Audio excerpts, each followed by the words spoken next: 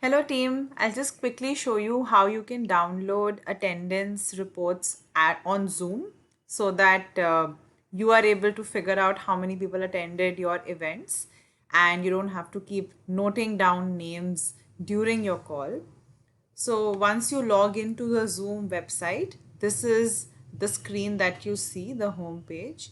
You come to reports, you click on that. In reports, you're going to see usage. Click on that. You can select the date range of when you had the meeting.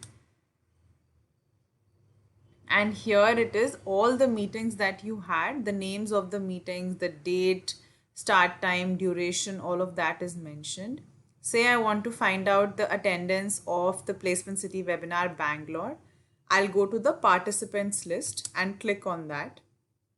When I click on that, the participant list comes, but because some people get logged out and come back in, you'll see multiple entries. So you may choose to export this in an Excel, or you can choose show unique users and it adds up similar names and similar IDs together.